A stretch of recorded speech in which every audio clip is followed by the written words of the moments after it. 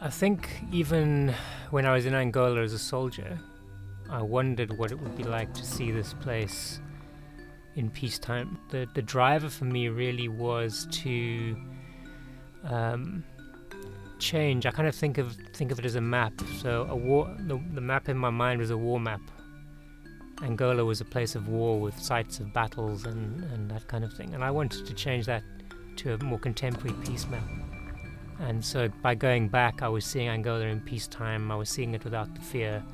I was meeting Angolans without either being allied with them or enemy of them, and just sort of changing that map in my mind to a peace map.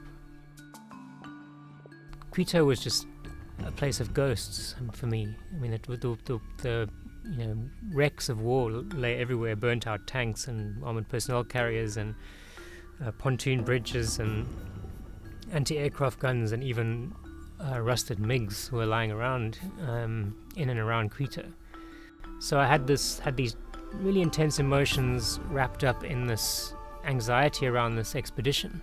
So of course I was carrying all this stuff, the fear of what might be out on the road, my rational mind telling me it was going to be fine, but all these other ghosts and things around from the past.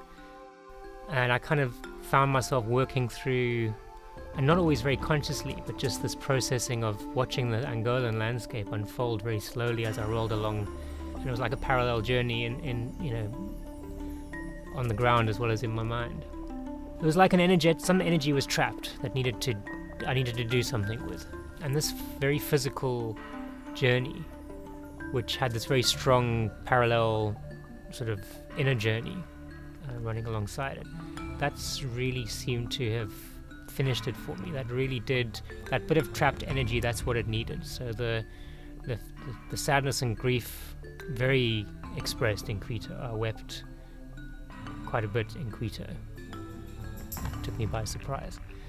And then just seeing Angola, meeting people, putting a human face to Angola, if you like.